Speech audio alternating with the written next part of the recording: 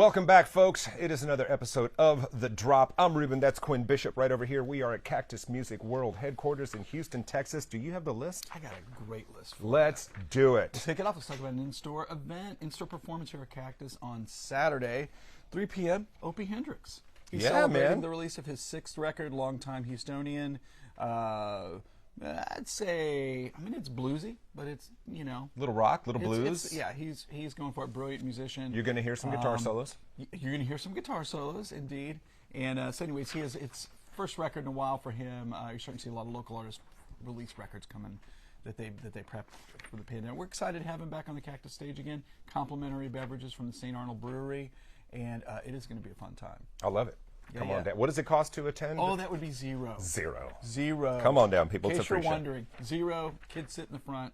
I love it. Good stuff. Good stuff. All right, let's talk about some new releases. I'm going to lead with a reissue. I don't normally do this, but I'm going to do it because I think it's important.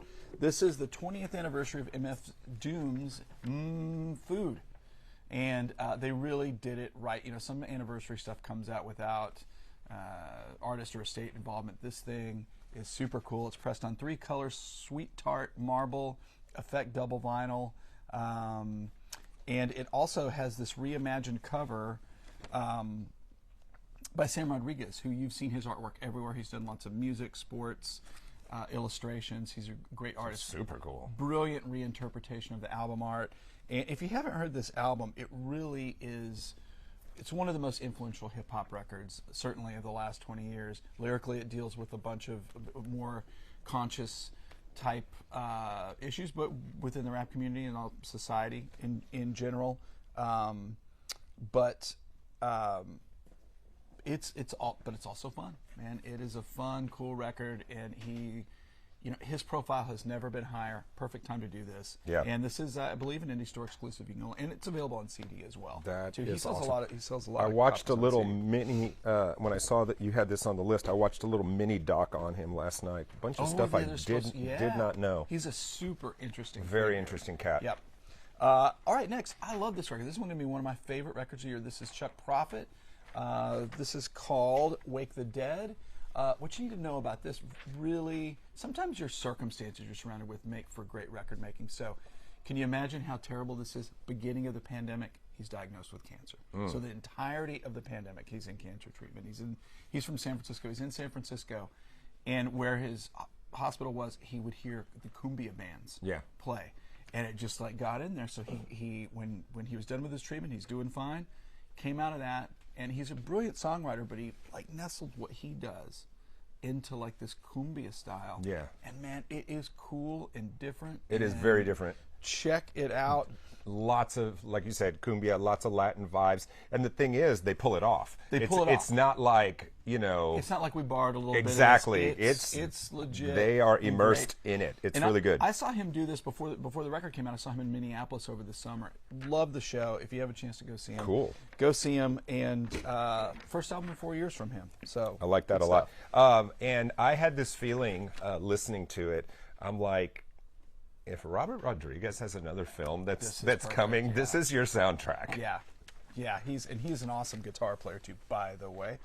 So this is a kooky thing. This is a band that is huge in parts of the country, not so huge in Texas, but we're going to tell you about Mount Joy. This is live at the Salt Shed. I'm in Chicago every year at Christmas, and when we were there last year at Christmas, they sold out 4 nights in a row at this venue. Isn't that nuts? 4 nights in a row. The big station up there, big rock station, KCRW, not KCRW. Anyway, they play them like they're the biggest thing on rotation. Ever. Yeah, they have several. Of course, they have several songs that are like 1 billion streams or whatever. Fun, very rootsy, Americana music, and of course, they played the Hollywood Bowl. They played Madison Square Garden. They're a big band. I think their profile is low here just because of our radio. It's definitely low here. I will tell you, this concert most of these songs are on YouTube right now from this performance. Oh, that's cool. So you can Yeah. see it. And I always like that. I always like seeing what a band can do live, what the music is like live, what the, Yes. does it translate? And that's how you get the feeling for the band, right? When I was there, the whole city was like lit up waiting on this thing. It's crazy. And if you're watching this and you're like, heard the name, I don't know what they sound like, I put them somewhere in that, maybe between like Arcade Fire and the Lumineers, maybe there's a little somewhere. Wilco in there, Yeah, too. little Wilco in there, and but yeah, good band, good songs, and they pull it off live for sure.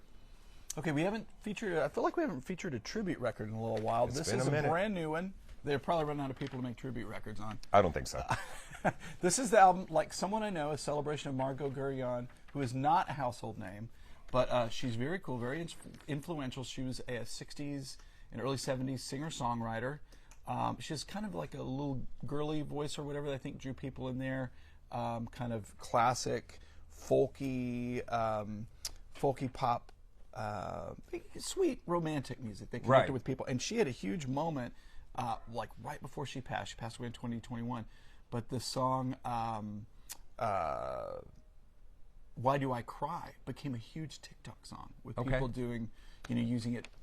Sure, in their Borrowing videos, it for their videos. and then it gets a billion streams. And it's really cool, very sweet music, and you got some big names on here. You got Claro, Margot Price.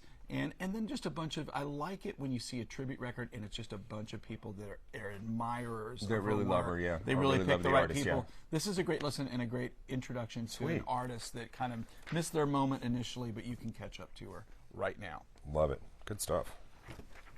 All right, love to talk about these guys because nobody really pays that much attention to them in the States, but they are great. This is the Helicopters, Swedish garage rock band. Man, they put the pedal to the metal. It's like punk. It's garage meets like AC/DC. Straight ahead rock and roll. This is an all covers record, and I will challenge if you're a casual music fan, you're not going to know any of these songs. They really went deep. New Bomb Turks, a bunch of really unusual artists, and it holds together great. Fun record. Check it out if you need to rock this weekend. Yeah, that's a great pick. Yeah, for you. so if like really really straight ahead American rock and roll, liberal doses of punk in there through a Swedish lens, I guess. Yeah. What these guys, and how it's they heavy. interpret They came it. out of the metal. 1994 for their first album. Oh wow. Okay, well that's the 7th album. So 30 years in the making, baby. I'm telling Come you on, what. power to them. We're gonna this keep is rocking. cool. This is Power Nerd. Very this is cool. by Devin Townsend, who's really Canadian guitarist. Really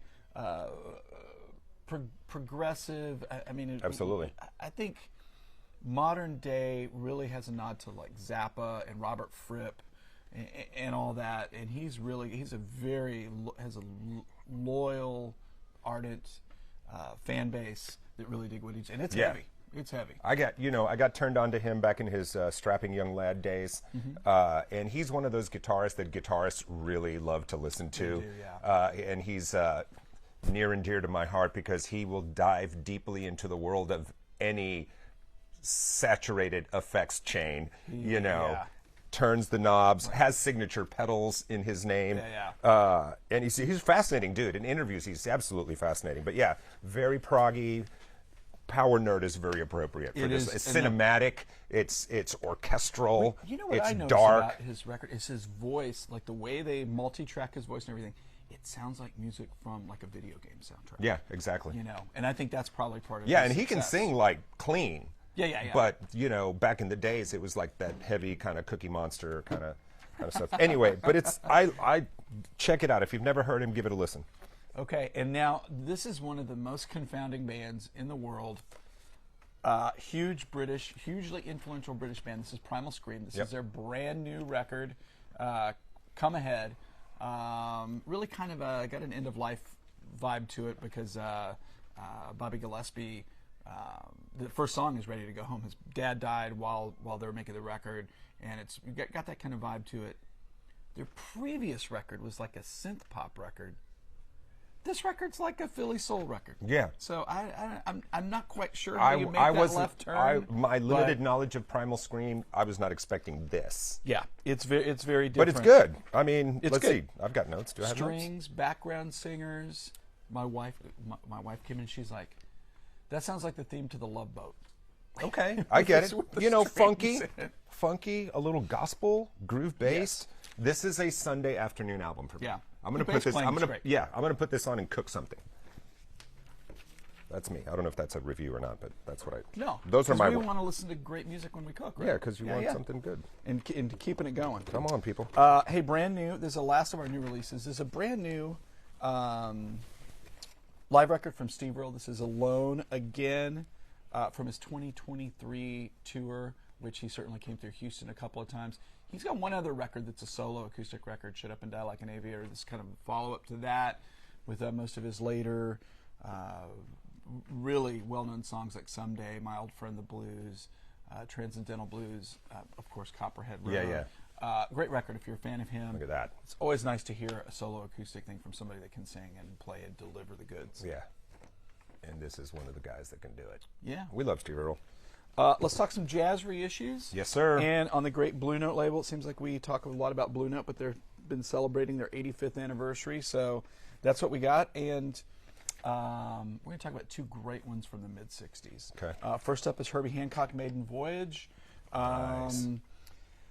This is an artist that has made multiple masterpieces, but this is probably like, for a lot of people, this is the eyeball on the top of the pyramid of great Herbie Hancock records. It's unassailable. You get the his buddies from the Miles Davis Quintet come along with him: Freddie Hubbard, George Coleman, Anthony Williams, Ron Carter. It's unique in that it's got 5 originals on it, so it stands in its own space. And man, if you want to jump in the deep end of jazz piano with great accompaniment, this is it. This is it. What year is this? Did we already say? This is 65. Wow. 65. And it really sets him on a course to deliver a bunch of great records. Yes, sir, man. Good one. And I think our friend Rodney is a big fan of this guy. You mean photographer? You mean photographer extraordinaire Rodney Pearson behind the camera? 1963, Grant Green shows up with his album Idle Moments, and you know, Grant Green's a go-to when somebody's like interested in jazz guitar, because you really got to like scratch around and find what's great. Certainly, if not the greatest, the most like experimental, but yet, you know, he's so varied in his body of work. Like, he could do anything, and he exists across like 5 movements in jazz. He's really an amazing player, and I love the vibes on this record, man. I like that sound of guitar and vibes. I think it's just cool.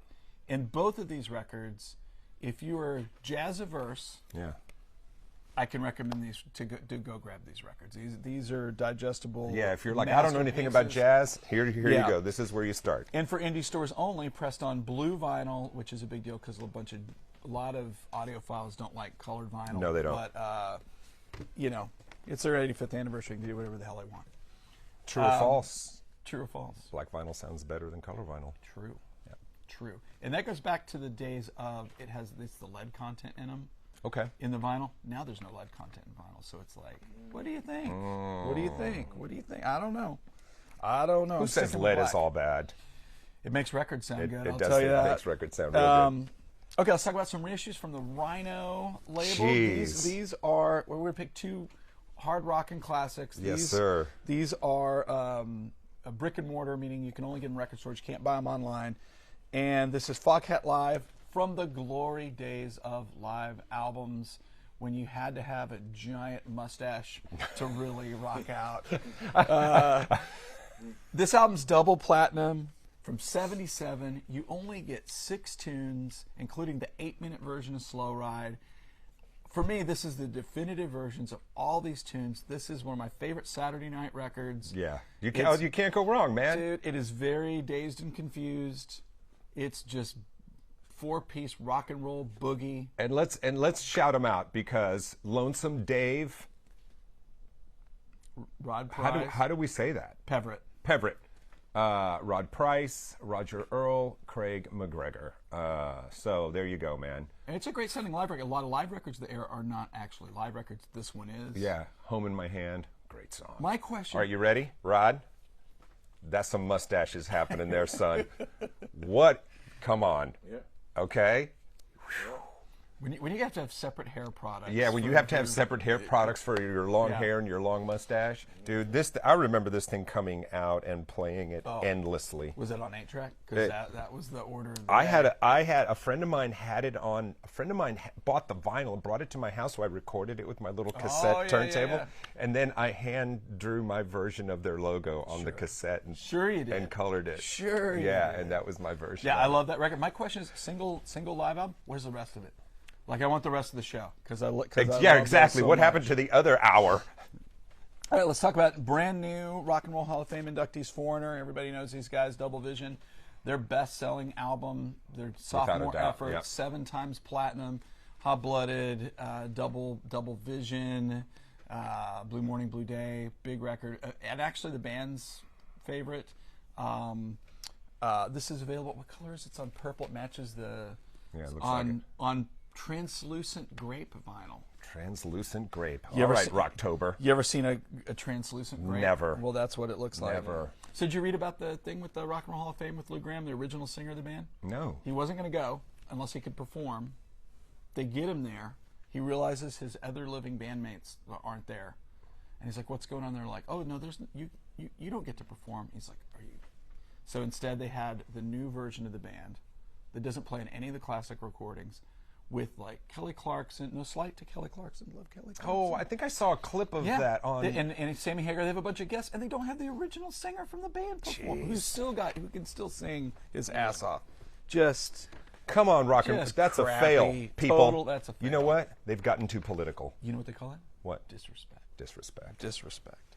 All right, let's talk about some archival records. I love to talk about archival records. Yes, sir. This is if you live long enough, all your favorite artists. And we've got some good ones today. You get music that was never released while they were alive, and that's what we have here. We'll kick it off with another jazz great. Miles Davis Quintet, Paris Jazz Festival. They are releasing, this is from a bunch of records of Bootleg Series Volume 8. And it's Miles in France in 1963 and 1964. I'm showing you this because the LP box set, forget about it. My old tendons and arms can't lift that thing. And there's a CD box set of this as well. But this is a very interesting period because it's the end of the first quintet and the beginning of the second quintet. So Fox 26 viewers are all the drop viewers are already calling. They're coming with it. Yes, it's in stock. Yeah, come get it. The box set has 5 different shows in it, and you would think, okay, 5 different shows. Do you really need 5? But their shows are wildly different. Yeah. Because they're improvised. Yeah, and you get Wayne Shorter, Herbie Hancock, Ron Carter, and Tony Williams. Yeah, essential music. And that's by the way, the guys in the band. You would not call them sidemen. They are. You would not. Okay, let's talk about this. You know, for an artist that has passed, there's been very little of her stature. There's been very little posthumous, unreleased music come out. That kind of changes with this. This is Whitney Houston, the concert for New South Africa. And she looks fantastic on the cover. I love it. She dressed for the occasion. She was the first Western musician to visit the unified Africa after apartheid. I did not know that. Yeah. I probably knew it at one point and forgot it. Great live album, and you get an unreleased song. I believe it is Love Is, that has never been released, didn't make it onto one of her records, but performed just for this occasion. I think with brilliant vocalists, and she's at the height of her power. Yeah. You want to hear it live. You want because we're exactly what I said. You want to hear the music live. We're so familiar with the brilliant recordings, but you want to hear what they do live, and this thing is great. I'm glad it's out. Yes, we have this one in stock too. Phone's ringing off the walls. Store's open. You guys can come down here too. All right, our last archival recording that has not been available before. This is CSNY live at the Fillmore East in 1969. Newly discovered master tapes. It was probably in the back of one of these guys' closet. Maybe they're cleaning out after Crosby passed. What you need to know about this? When after Woodstock, they basically did a tour where they worked through all the material they were going to record for their debut album, and that's what this is. And it's pretty great. It sounds incredible. So if you're a fan, obviously they're live at the Fillmore. They're one of the really created quintessential. The singer-songwriter movement happens because of them. They're the catalyst for it. Yep. Great piece of history. You want to talk about some crazy records? Yes, I do. Let's talk about some because crazy I know records. what's coming. All right. So I picked two. These are indie store exclusives, and I picked two that could only be found at the indie record store. I love this cover. This is Booby Night and the Universal Lady. Look at this crazy cover. Oh, I need to cover that. Hey, not safe for drop. Right. It is safe for the drop. It's digital. So what you need to do, this is a funk record. It is got fuzzed out psychedelic guitars. Dude, I've never heard this. Label. I don't know what this is. You think you've never heard it, but you have, because tracks from this have been sent. There's a track on here called Love Maniacs. Right. And check it. It's sampled by 50 Cent, Outkast, NWA. Public Enemy. Hip-hop dudes love this record. It's just red color vinyl. Yeah, it's got that heavy beat, that heavy beat. Okay, now I want to hear it. With the fuzzed out guitar. Now I want to hear it. It's crazy. Sweet. It's crazy, man. Sweet. Okay. And then another crazy record. This is the follow-up. This is Violent Femmes. This is the follow-up to their monstrously huge record. This is Hallowed Ground. Some fans love this. This was generally not well received. This record buried them and stopped their career full halt, because it is essentially a country and gospel record. Yeah. They had written all these songs. Gordon Gaynor wrote all these songs in high school. And then after they got signed, they decided to focus on their poppier songs, recorded all those, went back to these.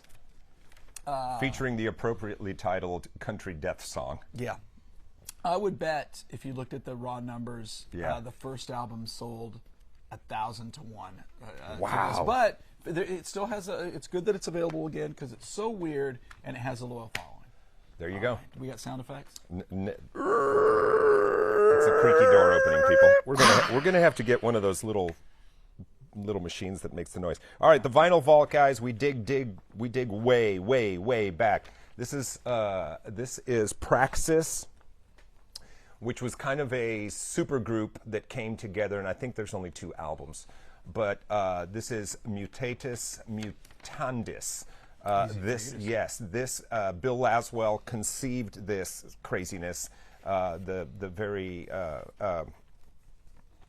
I don't know what you would call a Laswell, but he's an interesting cat. Anyway, features Bootsy Collins, features Bernie Worrell, great keyboardist for all the P-Funk, Funkadelic stuff. Buckethead on guitar, Brain from the Limbo Maniacs on drums. This is a weird, funky, psychedelic, moog-laden trip, and it rocks. It's ambient. It goes everywhere. This is completely. There are so many multiple musical personalities happening in this album, but for some reason, start to finish, it works. It does. It's a cool album. Yes, this one's not in stock. This is my personal one. So if you guys are calling about this one, you actually probably have it. This is one of those records. It's so wildly different at the time when it came out. Yeah. That this is one of those records we would play it in the store. Yeah. And somebody would always say, "What are we listening to?" Yeah. Because track to track, it makes very huge leaps. It makes huge leaps, and I think it's one of those deals that all of these musicians, very well respected in their own right, just got to cut it loose in the studio. Yeah. You know, I would bet a lot of these songs were maybe like, we just came up with this riff, let's put it down, kind of a situation, you know? And two, you have the freedom of, because I think Bill Laswell, I think he's the label owner that this thing was released on. Axiom. So it's his label. He can do whatever he wants. The meter's not running on the studio time. They can get as creative as they want, and that's what you end up with. Yeah. Highly recommended. It's going to be very different than anything that you're used to listening to. So yeah. All right. Hit the in-store, hit the... Saturday, 3 p.m. Okay. You got Opie Hendrix rocking out on the Cactus stage. Complimentary St. Arnold beverages. Family friendly. Come on out. Hope to see you. I love that. All right, and you know what happens. Follow Cactus Music on the Instagram. You can, if you can't make it down here to the store and you saw something you liked, you can get it online. Yeah. You know. We make it easy for you. New music. That's what we're about. You ready? All right, we're out of here. We'll see you next Thursday, guys. Peace.